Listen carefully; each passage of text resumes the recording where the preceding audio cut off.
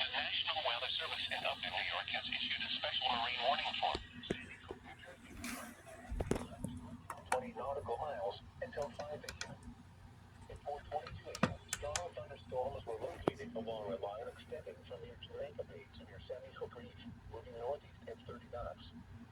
Hazard: wind gusts 34 knots or greater. Source: radar indicated. Intact: small craft could be damaged and briefly higher winds and suddenly higher waves. Strong thunderstorms will be near Jamaica Bay around 4:25 p.m. Barn Island and Island Park around 4:35 a.m. Little Bay around 4:40 a.m. Boaters should seek safe harbor immediately until these storms pass. Strong winds and high waves are expected. If caught on the open water, stay below deck if possible. Here is the forecast.